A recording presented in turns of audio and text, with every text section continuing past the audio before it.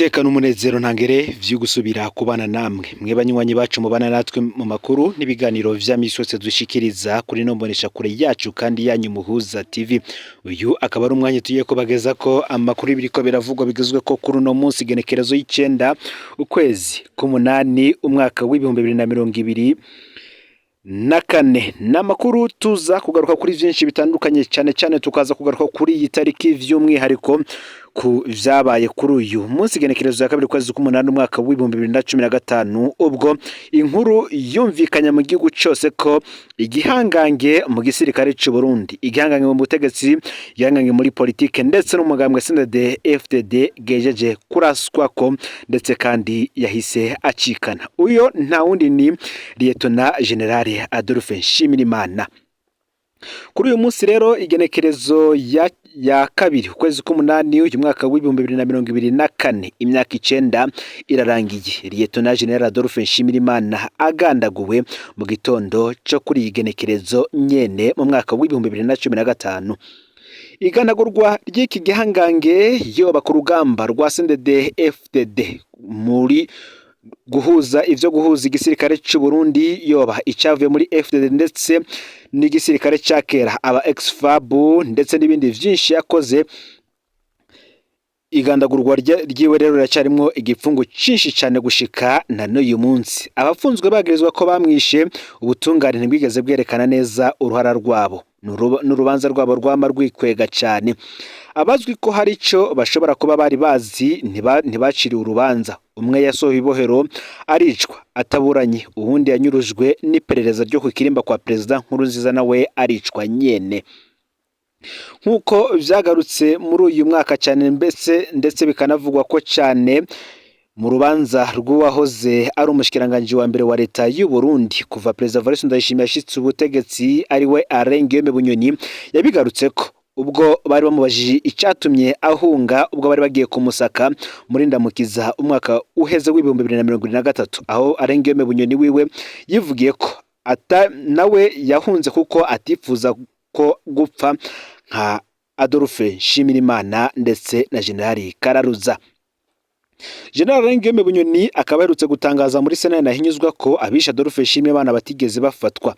Mbere yanavuze ko nawe nyene igihe iperereza ryarungikwa kumusaka yaciye ahunga kugira ntiyicwe nka Adolphe Nshimirimana. Mu ncamake we akaba asa n'uwemeje ko abishe General Adolphe Nshimirimana barungitswe n'ubutegetsi bongera kandi barakingirwa. Muri aya mezi atatu aheze abantu baragiye bagiranirana ibyago cyane abari begereye President Nkurunziza. Ivyo batangaje ku rupfu rwa General Adolphe Nshimirimana biratangaje cyane gushika naho abafise amabanga y'urupfu rwe igihe nikigera ngo bazobishira ahabona nkuko babidutangariza. Uyu munsi rero n'ukwibuka urupfu rwa Lieutenant General Adolphe Nshimirimana, n'ukwibuka kandi inzirakarengane zivundiye imyaka 9 mu munyororo mu gihe uwazifunze we nyene yemeza ko zipfungiwe ubusa. Abifuza kwibuka ivyaranze ubuzima bwa Lieutenant General Adolphe Nshimirimana n'ingene yagandaguwe reka nabo tubibageze ko muri kano kanya. Gusa wibuka ufyonde subscribe canke s'abone niba utari wafyinda kugira ngo tuja ucikanwa n'amakuru dushikiriza. Twagiye tubigaruka ko kenshi cyane mu makuru yacu yagiye arabanza cyane ibigaruka kuri Adolphe Nshimirimana. Turaza kumuvuga ko bike cyane, turaza kubanza tubageze ko ivyiwe, tubageze ko ingene yitwa umugwanyi wa demokarasi n'ingene yabaye umwubatsi ukomeye cyane w'igisirikare cy'u Burundi, kandi none turaza no kugaruka ku bindi vyinshi cyane vyose ntuze gucikanwa. Adolphe Nshimirimana ninde? Bamwe bamwita umunyakamenge, ariko uyu yavutse ku igenekerezo 12 Nyakanga umwaka w'1964 ku mutumba wa Murangara muri commune Gishube wo mu ntara ya Gitega. Dosiye yo mu gisirikare kavuga ko ari umuhungu wa Simoni Nzobakenga na Terezia Ndenzako. Adolphe Nshimirimana yahunze Burundi akiri muto cyane atarakuza neza imyaka 8 y'amavuka mu mwaka w'1972. Ico gihe umuryango wiwe wahungiye mu gihugu cy'u Rwanda uraheza ubahitwa ku Muhima i Kigali. Aho niho rero Adolphe Nshimiyimana yize amashuri mato abandaniriza ayisumbuye kuri Ecole Libre Technique Gikondo, ari naho yarangirije amashuri mu mwaka w'igihumbi kimwe amajana icenda mirongo umunani na gatandatu. Dosiye yiwe mu gisirikare cy'u Burundi ivuga ko yari afise urupapuro rw'umutsindo rwa A3. Aho arangirije amashuri yisumbuye, Adolphe Nshimiyimana agiye mu gihugu ca Zaire ariyo Republika Iharanira Intwaro Rusange ya Kongo y'ubu. Yiga ivy'igisirikare mbere arinjira no mu gisirikare c'ico gihugu. Mu mwaka w'igihumbi kimwe amajana icenda mirongo icenda na gatatu, Adolphe Nshimiyimana yaragarutse mu Burundi inyuma y'intsinzi y'umugambwe Frodebu yaba mu Kamenge quartier Kavumu nimero 4. Ico gihe Adolphe Nshimiyimana ari umukozi w'iperereza akora nk'umupolisi mutoyi agendanira umukuru wa PAF. Iki akaba ari igipolisi kijejwe imbibe n'abanyamahanga. Inyuma rero y'igandagurwa rya Perezida Melchior Ndadaye, Adolphe Nshimiyimana ari mu bambere bafashe umuheto mu Kamenge. Ico gihe yifatanije n'utwa Pascal Gashirabake batazira Savimbi, Adaruberi Ntawuyamara batazira Dede, Vena Ntirampeba be n'uwundi batazira Gangi. Uwo mugwi rero niwo watanguye guhangana n'abasirikare mu Kamenge. Mu nyuma barahava bafatana na FDD yari yatangujwe na Rajabu na bagenzi be mu Cibitoke nkuko twagiye turabibona mu nkuru twagiye turabashikiriza. Kuva agitangura urugamba mu Kamenge, abamuzi bavuga ko Adolphe Nshimiyimana yamyerekana ubutwari budasanzwe. Bavuga ko kandi yari umuntu avuga make, arinda cyane kandi azi gupanga ibitero.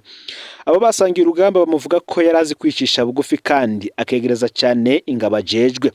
Ivyo bikaba biri mu vyatumye abarongoye bamukunda cyane. Muri iyo myaka yarigishijwe rutari ruke ibijanye n'igisirikare. We na bagenzi be baragwaniye mu Kamenge biratinda biranka baja mu kibira, maze barubaka neza umuhari wabo FDD wahavuye uhinduka ishami rya gisirikare ry'umuhari CNDD warurongowe na Leonard Nyangoma. Muri FDD rero Adolphe Nshimiyimana agiye araduga mu mapete n'amabanga. Bivuga ko yaciye ku ngazi zose z'uburongozi mu gisirikare, ariko hose abamutwara bakamugomwa ubutwari yari afise ku rugamba. Mu mwaka w'ibihumbi 2001 aho Jean Bosco Ndayikengurukira yatembagarijwe mu burongozi bwa CNDD FDD, Adolphe Nshimiyimana yarajejwe kurongora igisirikare. Petero Nkurunziza arongora umuhari, mu gihe Hussein Rajabu we yabandanije ari umunyamabanga mukuru yongera azezwe ibiganiro vya CNDD FDD ndetse na leta. Inyuma y'amasezerano yo guhagarika intambara, Adolphe Nshimiyimana atahutse mu gihugu hamwe n'izindi ndongozi mu mwaka w'ibihumbi 2003. Adolphe Nshimiyimana na bataliyoni y'ibiro bikuru vya FDD bacumbitse mu Kamenge mu kurindira ko ibikorwa vyo kwinjira mu gisirikare birangira.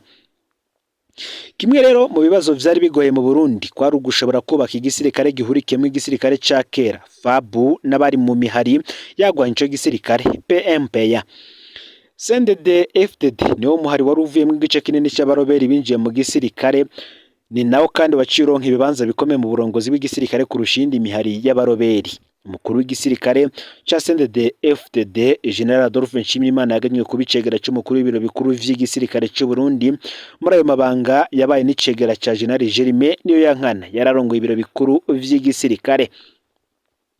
General Adolphe Nshimiyimana yinjiye mu gisirikare cy'u Burundi afise nimero matricule 6681. Araheza ahabwa SS ubusa 5.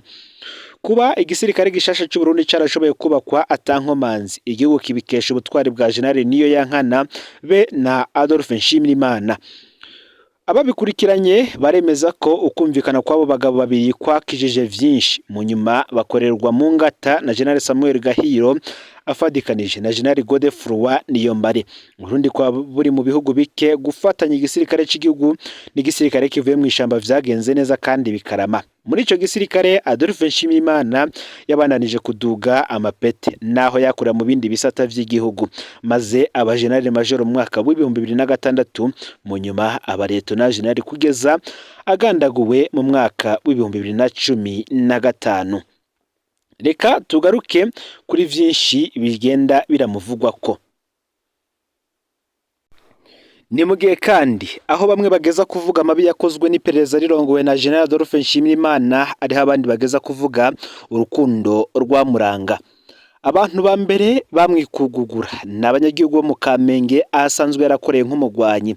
Benshi mu banyagihugu baho baravuga ko ari we yabatabara bimwe mu bitero vy'abasirikare. Adolphe Nshimiyimana yagumanye imigenderanire ikomeye na Kamenge, ahashinga ibirabo bibiri iwabo b'abantu be n'iwabo w'abasigaye. Yarubatse kandi n'ibitaro bikomeye mbere vyanavura abanyagihugu b'abakene ku buntu, arivyo hopitali populaire. Abanyagihugu bo mu Kamenge baravuga ko kandi ari benshi yafashije, yongera aranabaha imitahe yo gutangura urudandaza. Azwi kandi nk'umuntu yari yitwararitse cyane abahoze bagwana muri FDD basubijwe mu buzima busanzwe, mbere abatari bake yabahaye akazi k'iperereza. General Adolphe Nshimiyimana kandi azwi nk'umuntu yakunda kwinezereza, naho yarajejwe amabanga agoye cyane y'igihugu. Ibirabo vyiwe vyararamwo imiziki, nawe akayiraramwo agakesha nk'uko vyavugwa n'ababijamwo. Vyarageze ku rugero bamwe mu batwara inzego z'igihugu bavyidoga imbere ya Perezida Nkurunziza, uwo nawe akagira amajanja kumukura bikamunanira. Iruhande y'ibirabo vyo mu Kamenge hari ikindi cari kizwe cyane mw'irohero, naho bamwe bamunegura ko bitabereye umutegetsi wo ku rwego rw'iyo kwama mu birabo. We yavuganye yabona ko yabikoresha mu kurondera amakuru. Ibirabo yabifata ko ari ibiro vy'akazi, kanatsinda wamusanga kikujwe n'abantu batari bake, barimwo mbere abo batanasangiye ubwoko, bose bamuha amakuru ku bintu bitandukanye.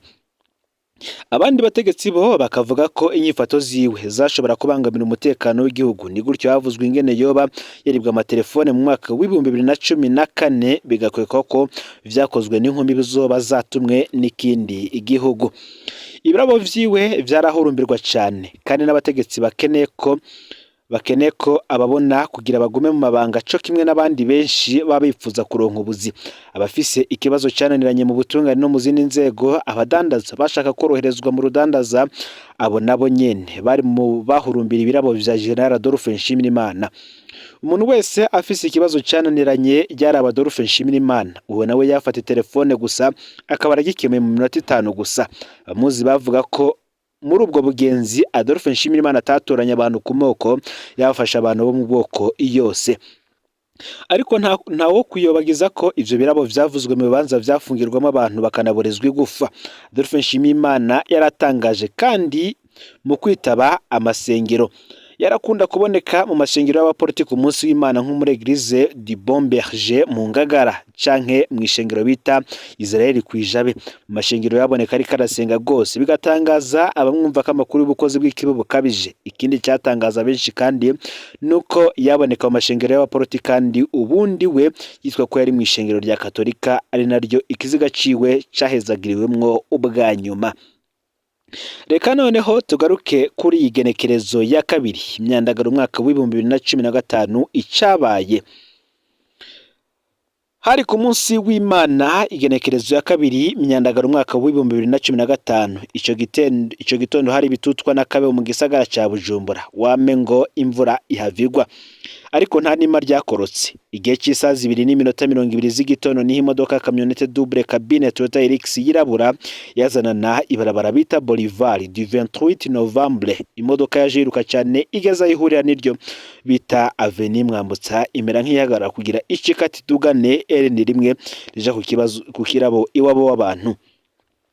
Muri iyo modoka rero General Adolphe Nshimiyimana yaricaye imbere iruhande y'umushoferi, umupolisi yitwa Sanford.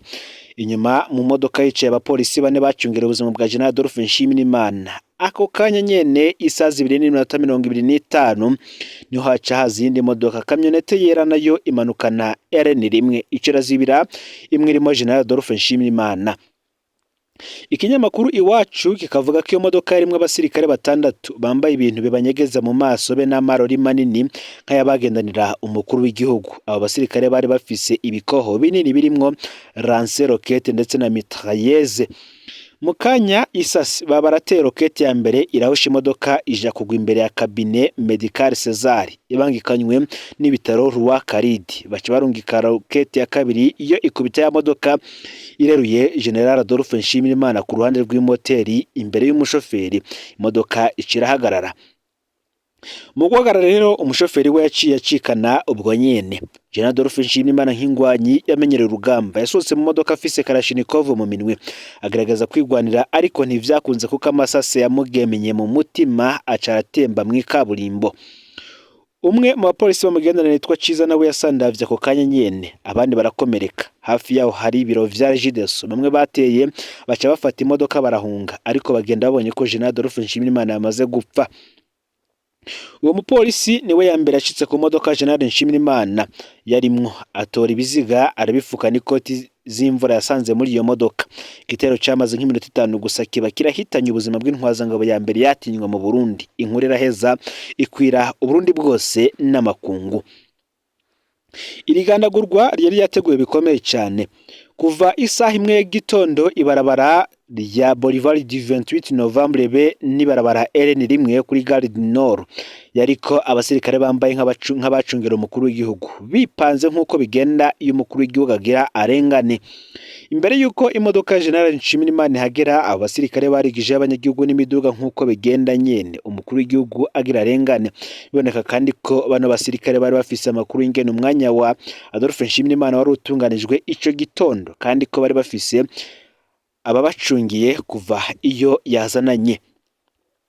Kimwe mu bibazo bitazwi rero ni impamvu General Adolphe Nshimiyimana yaje yiruka cyane ico gitondo nk'uko hoba hari ahantu yari hihutiye kuja. Hari amakuru tudashobora kwemeza avuga ko yarazi ko atumwe ko kubonana n'umukuru w'igihugu ko yoba yari aciye iwabo w'abantu kwitunganya akaca aja ku kirimba c'umukuru w'igihugu. Ico ni vyiza ko cotozwa kuko hari n'ibindi vyinshi coshobora gusigura nimba ari vyo yahamagawe nande. Ese ni bande bateguye bongera barategeka iyicwa rya General Adolphe Nshimiyimana? Iki ni ikibazo kigoye cyane kubera ko Nshimiyimana yari afise abansi benshi rwose haba mu butegetsi haba no mu butavuga rumwe n'ubutegetsi eka mbere no mu makungu.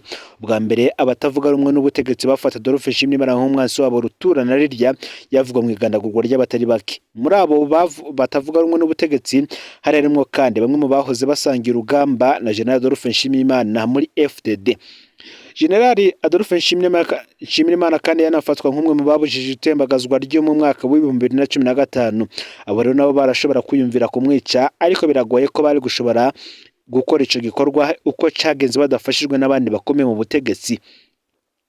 Umurwi wa kabiri washobora kwipfuza urupfu rwa Adolphe Nshimiyimana n'abatwara iperereza kubera ko Adolphe n'ataragitwara SNL ibibazo bikomeye vy'iperereza yarabigumanye kandi agumana abamuha amakuru. Ivyo kandi vyarashobora gutera ishari rikomeye abamusubiriye na rirya bari muri bamwe bandika basaba ko akugwa. Politike iragoye n'abatwara igihugu ngo barashobora gukura inyungu mu rupfu rwe kuko Adolphe Nshimiyimana niwe muntu wenyene yashobora gutera igitsuru umukuru w'igihugu w'ico gihe. Bikaba binazwi kandi ingene yari yaragerageje kumwikura ko harimo no kumupfunga bikamunanira. Ico gihe harakwiye igihe ko muhisi yoba yari yarasavye ko umukenyezi wiwe yorongora inama nshingamateka. Ico ni cigeze cemezwa canke ngo kibeshuzwe. Kiba yari cyo cyarashobora gutera ubwoba butwara igihugu mu gihe amategeko yategekanye ko umukuru w'igihugu apfuye asubirizwa n'umukuru w'inama nshingamateka. Ahandi kandi ngo hashobora kuva urupfu rwa General Adolphe Nshimiyimana ni mu bihugu yarabangamiye inyungu zavyo. Adolphe Nshimiyimana yavugwa mu migenderanire idasanzwe nimwe mu mitwe yitwaje ibigwanisho ikorera mu gihugu ca Repubulika Iharanira Intwaro Rusangi ya Kongo. Ngo rero hatabaye amatohoza nyayo nta uzigera amenya bishe vy'ukuri General Adolphe Nshimiyimana. Binashoboka ko urupfu rwiwe rwakoranywe n'abo mu butegetsi bafatanije na bamwe mu bagwanya ubutegetsi. Uyu Adolphe Nshimiyimana ivy'urubanza rwe vyagarutse cyane cyane mu rubanza rw'uyu yahoze ari umushikiranganje wa mbere wa leta y'u Burundi General Guillaume Bunyoni ubwo yariko arisigura imbere y'ubutungane. Gusa kandi nanone ivyo Bunyoni yariko aravuga bamwe bavuga ko vyo kwifashishwa mu butungane kugira ngo harabwe uruhara rwa buri umwe wese mu nzego z'umutekano mbere ko Guillaume Bunyoni afise amakuru atomoye cyane ingene Adolphe Nshimiyimana yishwemwo mbere ko vyagerwa no kuri iyi dosiye hamwe na dosiye yo gukoresha mangetengete mu gushaka kuganagura umukuru w'igihugu ndetse n'ibirana n'urupfu rwa President Nkurunziza Guillaume Bunyoni bikajanwa mu mwiherero aho wewe yasaba ko n'abarundi bose bavyumviriza ukuri kukamenyekana ndetse kukaja ku mugaragaro. Ese koko ukuri ku rupfu rwa Jenerali Adolphe Nshimiyimana kuzoteba kuje ahabona. Ese abamugandaguye bo bazofatwa nabo bapfungwe? Ese abo bapfunzwe bagirizwa ko bagize uruhara mu icwa ryiwe bariko bazira ubusa bobo ubutungane buzohava bubarekura? Reka dutegereze, iminsi iracyatubikiye vyinshi imbere. Niyo makuru rero yaragezwe ko ufyonde subscribe canke sabone niba utari wafyonda ko kugira ngo tujikanwa n'ayadushikiriza uyasangiza bagenzi aho bari hose, kandi kugira ngo nabo baje barashikirwa niba biriko biravugwa bigezwe ko ngaha mu gihugu cy'u Burundi, hanze y'imbibe z'igihugu cy'u Burundi ndetse no mu makungu ya kure. N'umuhuza TV rero, Imana ibahezagire.